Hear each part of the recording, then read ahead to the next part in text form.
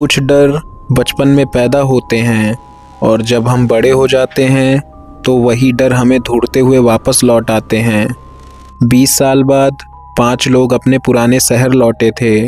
वो शहर जिसे छोड़ते वक्त उन्होंने कसम खाई थी कि कभी वापस नहीं आएंगे, लेकिन कसम हमेशा याद नहीं रहती।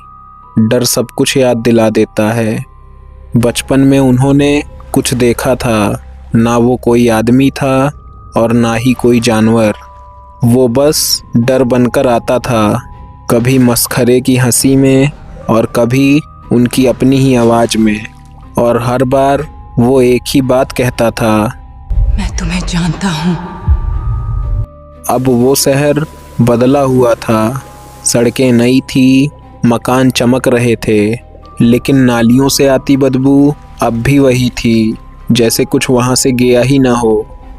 पहली रात सबने एक सा सपना देखा, एक सुनसान गली, एक लाल गुब्बारा और बचपन की वही जानी पहचानी आवाज़। तुम भाग सकते हो पर मुझसे नहीं। तभी उन्होंने तय किया, इस बार भागेंगे नहीं। हर किसी को अपने डर का सामना करना था।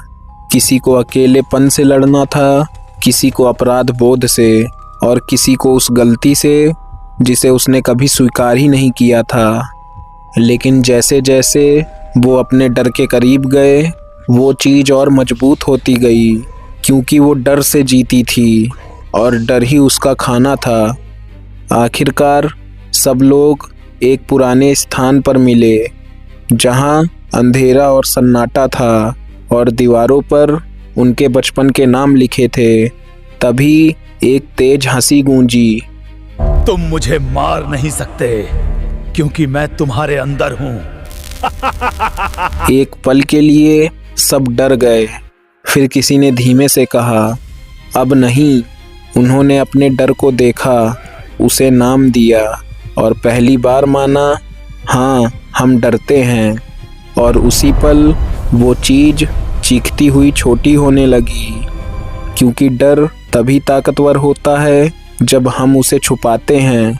सुबह पूरा शहर शांत था, ना कोई गुब्बारा था और ना ही कोई हंसी, बस यादें बची थी।